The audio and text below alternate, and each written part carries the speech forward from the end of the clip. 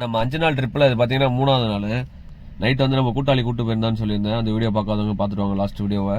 காலையில் வந்து ட்ராப் பண்ண சொன்னேன். பாய்ஸ் டீமாக கிளம்பி வந்துட்டாங்க. பாம்பனில் கொஞ்சம் நேரம் நின்று ஃபோட்டோஸ் வீடியோஸ்லாம் எடுத்துகிட்டு அப்படியே அங்கேருந்து கிளம்பி ராமேஸ்வரம் போயாச்சு. ஒரு டீயை சாப்பிட்டு நம்மளை ட்ராப் பண்ணிட்டு போயிட்டாங்க. நம்ம 9 மணிக்கே கஸ்டமர் கால் பண்ணாங்க. பிக்கப் பண்ணிட்டு அப்படியே ராமேஸ்வரத்துக்கு முன்னாடி இருக்க வில்லுண்டி தீர்த்தம்னு சொல்லி ஒரு ஏரியாவுக்கு தான் போயிருந்தோம். அதில் பார்த்தீங்கன்னா ஒரு சின்ன கோயில், ஒரு பிரிட்ஜில் நடந்து போனோம்னு பார்த்தீங்கன்னா லாஸ்ட்டில் ஒரு கேணி இருக்கும். அதுலேருந்து தீர்த்தம் கொடுப்பாங்க. அப்படியே அங்கே வாங்கி குடிச்சு சுற்றி வேடிக்கை பார்த்துருந்தோம். இந்த பீச்சில் பார்த்தீங்கன்னா தண்ணி செம்ம கிளியராக இருந்துச்சு. பீச்சுமே அமைதியாக இருந்துச்சு. யாருமே ஆளில் இல்லை பெருசாக. குப்பையும் இதுவும் இல்லாமல் பீச் நீட்டாக இருந்துச்சு. அப்படியே அங்கேருந்து கிளம்பி பாம்பன் பிரிட்ஜ் போயாச்சு.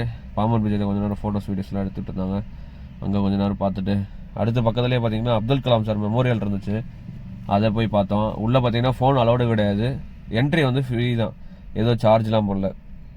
அப்படியே அங்கேருந்து கிளம்பி அடுத்து லக்ஷ்மண தீர்த்தம்ன்ற ஒரு ஏரியாவுக்கு தான் போயிருந்தோம். இது எல்லாமே ராமேஸ்வரத்தை ஒட்டி தான் இருக்குது. எதுவுமே லாங் கிடையாது. ஒரு 2-3 கிலோமீட்டர்ஸ் அந்த ரேஞ்சில் தான் இருக்குது. அதை பார்த்துட்டு அடுத்து பக்கத்துலேயே பஞ்சமுகி ஹனுமான் டெம்பிள் சொல்லி இருந்துச்சு. அதை பார்த்தோம்.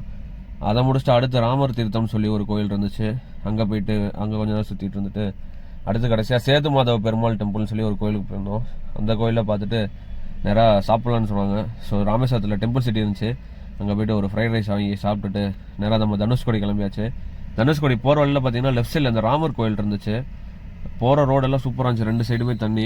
அதை போய் வேடிக்கை பார்த்துட்டு அங்கேருந்து நேராக தனுஷ்கோடி கிளம்பியாச்சு. தனுஷ்கோடி பார்த்தீங்கன்னா பயங்கர கூட்டம். வெஹிக்கிளுமே பார்க் பண்ணுறதுக்கு இடமே இல்லை. ஒரு கிலோமீட்டர் முன்னாடியே நிப்பாட்டின்னு நம்ம நடந்து போகிற மாதிரி இருந்துச்சு. அதெல்லாம் சுற்றி பார்த்துட்டு ரிட்டன் வரும்போது பார்த்தீங்கன்னா இந்த மாதிரி படத்தில் காட்டுற போட்டு மாதிரி ஒன்று நின்றுட்டு இருந்தது ரைட் சைடில். அதை கொஞ்சம் நேரம் வேடிக்கை பார்த்துட்டு வர வழியில் லைட் ஹவுஸ்க்கு போனோம். பட் ஆனால் லைட் ஹவுஸ் லிஃப்ட் வந்து கூட்டமாக இருந்துச்சு. ஸோ அதனால் நெக்ஸ்ட் டே போகலான்ட்டு வந்தாச்சு. வீடியோ பிடிச்சிருந்தா ஃபாலோ அண்ட் சப்ஸ்கிரைப் பண்ணிங்க. தேங்க்யூ.